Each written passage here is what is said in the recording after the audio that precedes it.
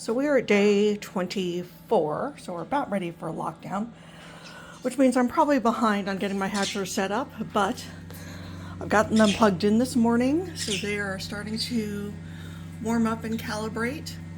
I was gifted these two tabletop foam incubators from a friend. They are the GQF models.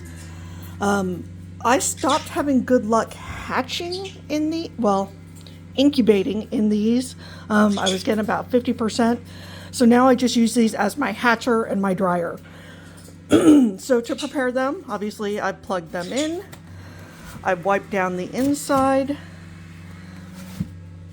I've now washed the tray again just because dust was on it. This goes in the bottom for the water. Then you have the little grid, and then I prepared some shelf liner for the goslings so that, as they're getting their bearings on their feet, one of the most important things is that they can kind of grip. So the shelf liner seems to help with that. I just buy a roll at the dollar store, and I can usually do both incubators with that. So we're just gonna plop this stuff in. It may scream at me here in a minute.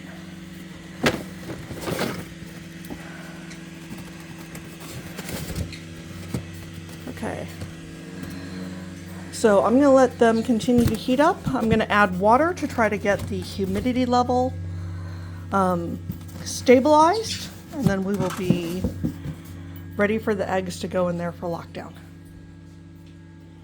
That's all I do for hatching. Okay, so we're going to do a quick talk about humidity. So the GQFs have these plastic trays that you can get in, or at least this model does. And you can see that there's a couple of different wells. So there's one in the center, there's this one, and then there's 3 other channels. So the thing about humidity is the more surface area you create, the higher humidity it is.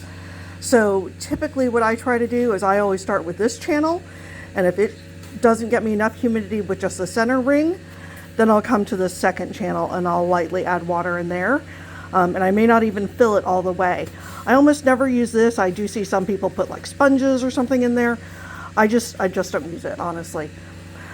So that's kind of the trick about humidity with increasing humidity here. So if you I typically go up to between 65 and 70% humidity for hatching. So, yep, it's gonna scream. So fill appropriately and let it stabilize.